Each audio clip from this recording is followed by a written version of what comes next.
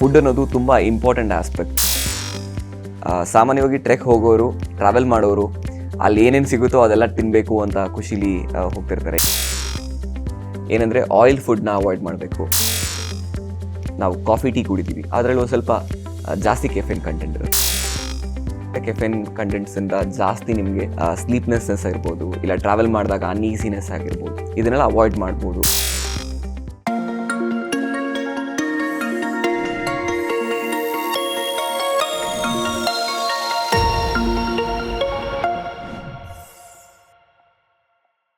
ವೀಕ್ಷಕರೇ, ಟ್ರೆಕ್ಕಿಂಗ್ ಹೋಗ್ಬೇಕಾದ್ರೆ ತುಂಬಾನೇ ಎಕ್ಸೈಟ್ಮೆಂಟ್ ಇರುತ್ತೆ. ಏನೋ ಒಂದು ಅಡ್ವೆಂಚರಸ್ ಆಗಿ ಮಾಡ್ತಿದೀವಿ ಅನ್ನೋ ಫೀಲ್ ಇರುತ್ತೆ.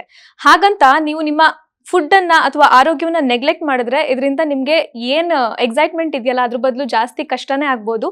ಸೊ ಇದ್ರ ಬಗ್ಗೆ ತಿಳಿಸಿಕೊಡೋದಕ್ಕೆ ಇವತ್ತಿನ ಕಾರ್ಯಕ್ರಮದಲ್ಲಿ ನಮ್ಮ ಜೊತೆಗಿದ್ದಾರೆ team Parikrama co founder Dheeraj Sharma ಅವರು. ಸರ್ ನಮಸ್ಕಾರ. ನಮಸ್ಕಾರ.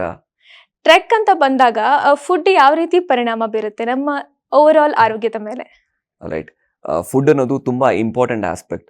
ಅಪಾರ್ಟ್ ಫ್ರಮ್ ಟ್ರೆಕ್ ಆಲ್ಸೋ, ನೀವು ಟ್ರೆಕ್ ಹೋಗಿಲ್ಲ ಅಂದರೂ ಫುಡ್ ಬಂದು ತುಂಬ ಅಂದರೆ ತುಂಬ ಇಂಪಾರ್ಟೆಂಟ್ ಆಗುತ್ತೆ ಒಂದು ಜೀವನದಲ್ಲಿ. ಸಾಮಾನ್ಯವಾಗಿ ಟ್ರೆಕ್ ಹೋಗೋರು, ಟ್ರಾವೆಲ್ ಮಾಡೋರು ಅಲ್ಲಿ ಏನೇನು ಸಿಗುತ್ತೋ ಅದೆಲ್ಲ ತಿನ್ನಬೇಕು ಅಂತ ಖುಷಿಲಿ ಹೋಗ್ತಿರ್ತಾರೆ. ಇವಾಗಂತೂ ಫುಡ್ ಬ್ಲಾಗರ್ಸ್ ಎಲ್ಲ ಬಂದಿದ್ದಾರೆ, ಇಲ್ಲಿ ತಿನ್ನಿ ಅದು ತಿನ್ನಿ ಆ ಥರ ಎಲ್ಲ ಬರ್ತಿರುತ್ತೆ. ಆದರೆ it is very important to understand ನೀವು ಬಾಡಿ ಹೇಗೆ ರೆಸ್ಪಾಂಡ್ ಮಾಡುತ್ತೆ ಅಂತ. ನಂಗೆ ಗೊತ್ತಿರೋ ಹಾಗೆ ಎಷ್ಟೊಂದು ಜನ ಟ್ರೆಕ್ ಬಂದಿರ್ತಾರೆ. ಫಾರ್ ಎಕ್ಸಾಂಪಲ್, ನಾನು ಮೈಸೂರಿಗೆ ಹೋಗ್ತಾ ಇದ್ದೀನಿ ಅಂದರೆ ಅಲ್ಲಿ ಇದು ತಿನ್ನಬೇಕು ಅಂತ ಅಂದ್ಕೊಂಡು ಬಂದಿರ್ತಾರೆ. ಆದರೆ ಅದು ತಿಂದರೆ ಅದರಿಂದ ಏನಾಗುತ್ತೆ ಅವ್ರ ಬಾಡಿಗೆ ಅಂತ ನಮ್ಗೆ ಗೊತ್ತಿರೋದಿಲ್ಲ. ಆಮೇಲೆ ಟ್ರಾವೆಲ್ ಮಾಡಬೇಕಾದ್ರೆ ತುಂಬ ಜನಕ್ಕೆ there are few foods in general ಏನಂದರೆ ಆಯಿಲ್ ಫುಡ್ನ ಅವಾಯ್ಡ್ ಮಾಡಬೇಕು.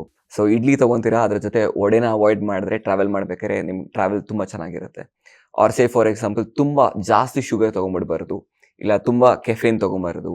ಕೆಫೇನ್ ಅಲ್ಲಿದ್ರೆ ಫಾರ್ ಎಕ್ಸಾಂಪಲ್ ನಿಮಗೆ ಸಿಂಪಲ್ ಆಗಿ ಇವಾಗ ನಾವು ಕಾಫಿ ಟೀ ಕುಡಿತೀವಿ, ಅದರಲ್ಲಿ ಒಂದು ಸ್ವಲ್ಪ ಜಾಸ್ತಿ ಕೆಫೆನ್ ಕಂಟೆಂಟ್ ಇರುತ್ತೆ, ಅದನ್ನು ಅವಾಯ್ಡ್ ಮಾಡ್ಬೋದು. ಇಲ್ಲಾಂದರೆ ಸಾಫ್ಟ್ ಡ್ರಿಂಕ್ಸ್ ಅವಾಯ್ಡ್ ಮಾಡ್ಬೋದು. ಇದೆಲ್ಲ ಏನಾಗುತ್ತೆ ಅಂದರೆ ಕೆಫೆನ್ ಕಂಟೆಂಟ್ಸಿಂದ ಜಾಸ್ತಿ ನಿಮಗೆ ಸ್ಲೀಪ್ನೆಸ್ನೆಸ್ ಆಗಿರ್ಬೋದು, ಇಲ್ಲ ಟ್ರಾವೆಲ್ ಮಾಡಿದಾಗ ಅನ್ಈಸಿನೆಸ್ ಆಗಿರ್ಬೋದು, ಆಯಿಲ್ ಫುಡ್ಡಿಂದ ಆಗಿರ್ಬೋದು, ಇದನ್ನೆಲ್ಲ ಅವಾಯ್ಡ್ ಮಾಡ್ಬೋದು, ಒಳ್ಳೆಯದು.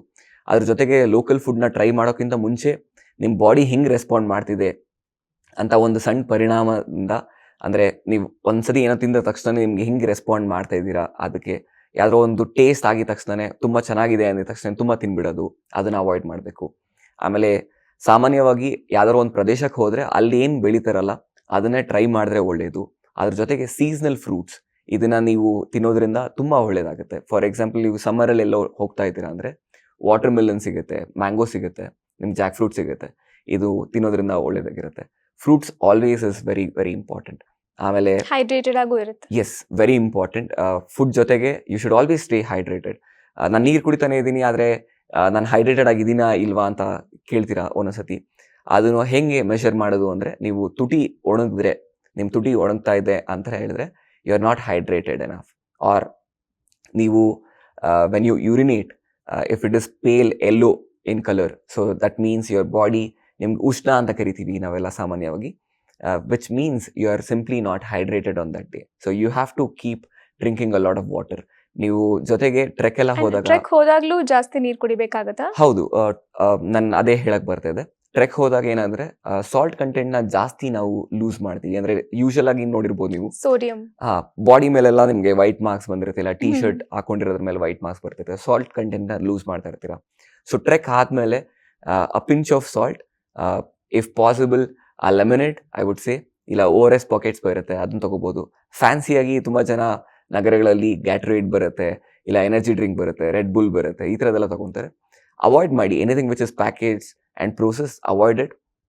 ನೀವೇ ಮನೇಲಿ ಸಿಂಪಲ್ ಆಗಿ ಒಂದು ನಿಂಬೆಹಣ್ಣು ಹಿಂಡ್ಕೊಂಡು ಅದರ ಜೊತೆಗೆ ಸ್ವಲ್ಪ ಉಪ್ಪು, ಸ್ವಲ್ಪ ಸಕ್ಕರೆ ಹಾಕೊಂಡು ಕುಡಿದ್ರೆ, which is very very relaxing and it actually replenishes all the salt content in your body.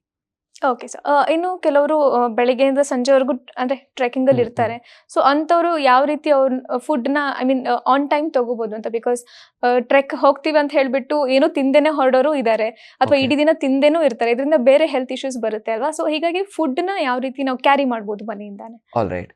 So ನಾನು ಈಗಲೇ ಹೇಳ್ದಂಗೆ ಫ್ರೂಟ್ಸ್ನ ಕ್ಯಾರಿ ಮಾಡ್ಬೋದು, ಡ್ರೈ ಫ್ರೂಟ್ಸ್ನ ಕ್ಯಾರಿ ಮಾಡ್ಬೋದು, ಚಾಕ್ಲೇಟ್ ಬಾರ್ಸ್, ಎನರ್ಜಿ ಬಾರ್ಸ್ನ ಕ್ಯಾರಿ ಮಾಡ್ಬೋದು.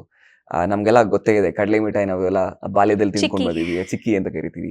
ಸೊ ಈ ಥರದ್ದೆಲ್ಲ ಇರುತ್ತೆ. ಸೊ ಇದನ್ನೆಲ್ಲ ಆನ್ ದ ಗೋ ನಾವು ತೊಗೊಂಡು ಹೋಗ್ಬೋದು.